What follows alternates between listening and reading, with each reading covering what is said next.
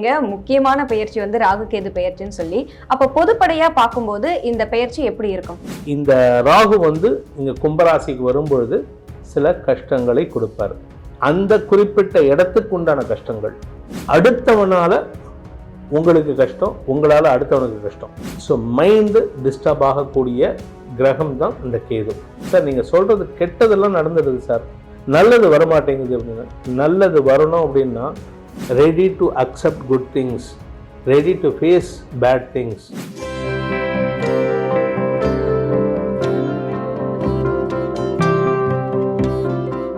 நீங்க சொல்லும் போதே சொல்லிட்டீங்க முக்கியமான பயிற்சி வந்து ராகு கேது பயிற்சின்னு சொல்லி, அப்ப பொதுப்படையா பார்க்கும்போது இந்த பயிற்சி எப்படி இருக்கும்? ஃபர்ஸ்ட் ஒரு விஷயம் தெரிஞ்சுக்கணும். ஏன்னா எல்லாரும் என்ன நினைச்சுக்கிறாங்க, ராகு கேது பயிற்சி நடந்துடுத்துன்னா நான் நல்லா இருப்பேன் அப்படின்னு சொல்லிட்டு. ராகு கேது பயிற்சிக்குன்னு தனியான பலன்கள் கிடையாது. அப்புறம் எதுக்கு சார் போட வேண்டியது இருக்கு அப்படின்னு கேட்போம்ல. ஏன்னா ராகு கேது பயிற்சிங்கிறது வந்து இது வந்து இல்யூஷன். ராகுங்கிறதும் சரி கேதுங்கிறதும் சரி சாயா கிரகங்கள்னு சொல்லுவாங்க. சாயா கிரகங்கள்னா ஷேடோ பிளானட்ஸ். ஷேடோ பிளானட்ஸ்க்கு எப்படி பலன்கள் கொடுக்க முடியும் அப்படின்னா, இந்த பலன்கள் இந்த ராகுவும் சரி கேதுவும் சரி சில இடங்கள்ல இருந்தால் நல்லது பண்ணுவாங்க. ஆனால் அந்த நல்லது 100% வரணும் அப்படின்னா உங்களுடைய தனிப்பட்ட ஜாதகத்தில் அந்த ராகு இருக்கக்கூடிய கும்பராசிக்கு அதிபதியான சனி பகவானும் கேது இருக்கக்கூடிய சிம்மராசி அதிபதியான சூரிய பகவானும் உங்கள் ஜாதகத்தில் கரெக்டான பொசிஷனில் இருக்கணும். இப்போ சனி வந்து ஜென்ம லக்னத்திலேயோ இல்லை 12ஆம் இடத்துலையோ இல்லை 7ஆம் இடத்துலையோ இருந்தால் அப்போ இந்த ராகு வந்து இங்கே கும்பராசிக்கு வரும்பொழுது சில கஷ்டங்களை கொடுப்பார். அந்த குறிப்பிட்ட இடத்துக்கு உண்டான கஷ்டங்கள். மற்றபடி ராகு நல்லது பண்ணுவார், கேது நல்லது பண்ணுவார். ராகு எப்படி நல்லது பண்ணுவார் கெட்டது பண்ணுவார்னா, ராகு அடுத்தவனால உங்களுக்கு கஷ்டம், உங்களால அடுத்தவனுக்கு கஷ்டம். என்னால உங்களுக்கு கஷ்டம் வரும், இல்லை உங்களால எனக்கு கஷ்டம் வரும்.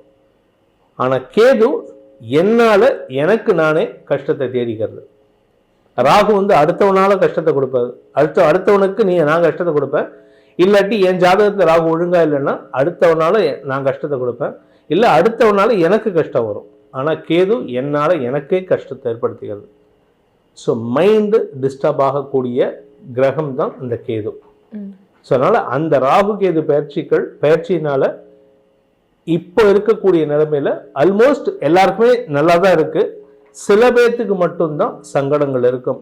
இதுல வந்து ராகு கேது எங்கெல்லாம் இருக்கக்கூடாதுன்னு தெரிஞ்சுட்டா எங்க இருந்தால் நல்லது நடக்கும் அப்படின்னா, நல்லது சொல்றது ஈஸி. ஏன்னா வந்து நிறைய பேர் சொல்லுவாங்க, சார் நீங்க சொல்றது கெட்டதெல்லாம் நடந்துடுது சார், நல்லது வரமாட்டேங்குது அப்படின்னா. நல்லது வரணும் அப்படின்னா முதல்ல அதுக்கு நம்ம தயாரா இருக்கணும்.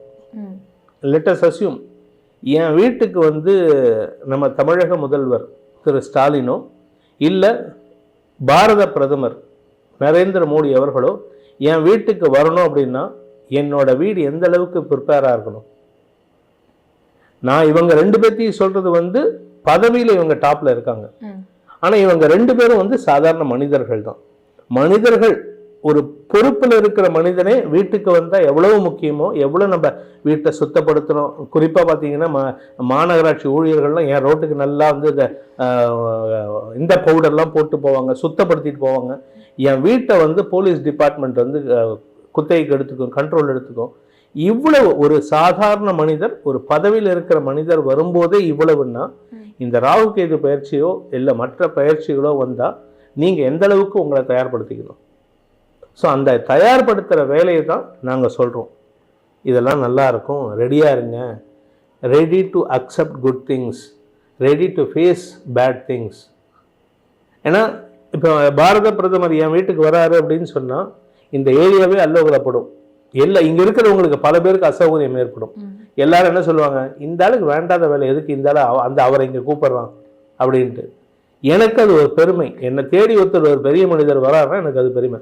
அது மாதிரி என்னை தேடி என்னுடைய ராசிக்குள்ள ராகு கேது பயிற்சி ராகு வராரு, இல்லை கேது வராரு, இல்லை என்னுடைய 4ஆம் இடத்துக்கு ராகு வராரு, இல்லை 4ஆம் இடத்துக்கு கேது வராரு அப்படின்னா அந்த 4ஆம் இடத்தை நான் தயார்படுத்துகிறோம். ஸோ 4ஆம் இடம் அப்படிங்கிறது வந்து ஒரு சின்ன எக்ஸாம்பிளுக்கு சொல்கிறேன். 4ஆம் இடம்ங்கிறது வந்து தாயார் ஸ்தானம், சுகஸ்தானம். கேது அங்கே வராரு. ஸோ 4ஆம் ரிஷப ராசிக்கு நான் எக்ஸாம்பிள் சொல்கிறேன், ஏன்னா நான் ரிஷப ராசி. அதனால் ரிஷப ராசிக்கு 4ஆம் இடத்துக்கு கேது வர்றதுனால என்னுடைய சுகத்தை நான் விட்டு கொடுக்கக்கூடிய வகையில் இருக்கும். தாயாருடைய ஆரோக்கியம் சார்ந்த விஷயங்களில் மனசை தயார்படுத்திப்பேன். அம்மாவுக்கு உடம்பு சரியில்லையா, சரி பரவாயில்ல, அம்மாவோட கர்மம் அனுபவிக்கிறா அப்படின்னு சொல்லிட்டு. அதே 10ஆம் இடத்துக்கு ராகு வர்றாரு. பொதுவாக 10ஆம் இடத்துல எந்த கெட்ட கிரகங்கள் இருந்தாலும் நல்லது தான். சனி வந்தாலும் உடனே கேள்வி வரும், சனி வந்தால் இத்தனை நாளாக வந்து ரிஷபராசிக்கு 10ல் சனி இருந்தார், கெடுதல் இல்லையா அப்படின்ட்டு. 10ஆம் இடத்துல சனி இருந்தால், 10ஆம் இடத்துல ராகு இருந்தால் வளர்ச்சியை தருவார், ஓட்டத்தை கொடுப்பார், உழைக்கணும்.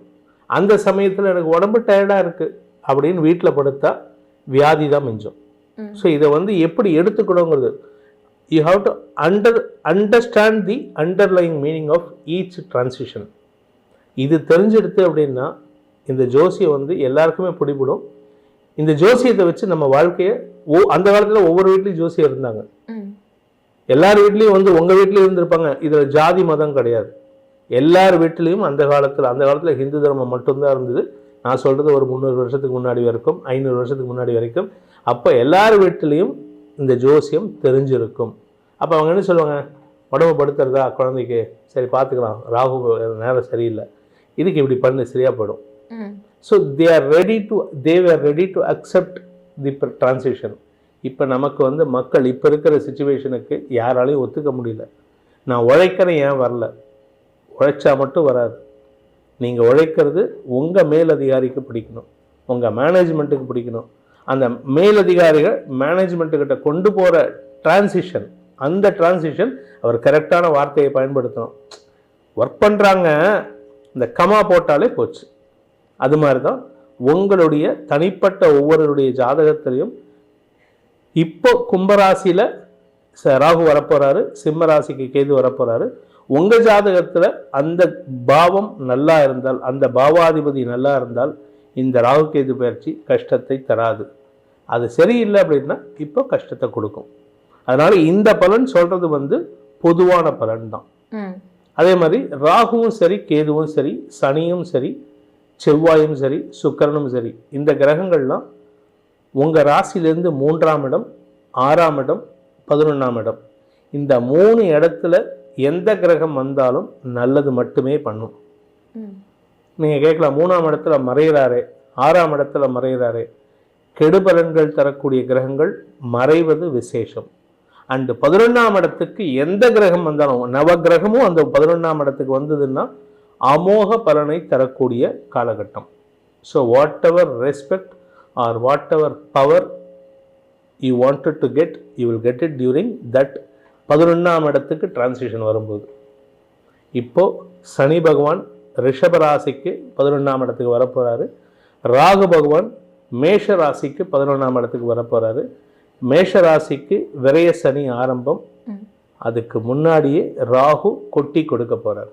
ரொம்ப அழகான தெளிவான விளக்கம் சார். புதுசா யார் பார்த்தாலுமே அவங்களுக்கு ரொம்ப அழகா தெளிவா புரிஞ்சிடும். நீங்க பேசினது ரொம்ப பொறுமையா நிதானமா எல்லாமே சொல்லிட்டீங்க. இப்ப நம்ம அப்படியே 12 ராசிக்குள்ள போயிடலாமா? தாராளமா.